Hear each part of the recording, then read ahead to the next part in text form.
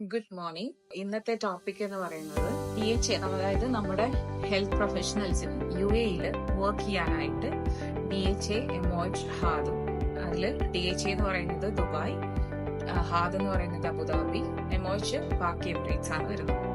DHA കിട്ടാൻ എന്തൊക്കെ നമുക്ക് ചെയ്യാം അതാണ് ഇന്നത്തെ ടോപ്പിക് പറയുന്നത്. ഇതിൽ നമുക്കിപ്പം DHA ആണെങ്കിലും എമോജ് ആണെങ്കിലും ഹാദ് ആണെങ്കിലും എക്സാം അറ്റൻഡ് ചെയ്യണം എന്നുണ്ടെങ്കിൽ നമുക്ക് 2 years എക്സ്പീരിയൻസ് നമ്മുടെ ഹോം കൺട്രിയിൽ വേണം. ഓക്കെ, പിന്നെ സ്റ്റെപ്പ് പറയുന്നത് ഡാറ്റ ഫ്ലോ, എക്സാം, ക്രെഡൻഷ്യൽ. അതാണ് DHAയുടെ സ്റ്റെപ്പ് വരുന്നത്.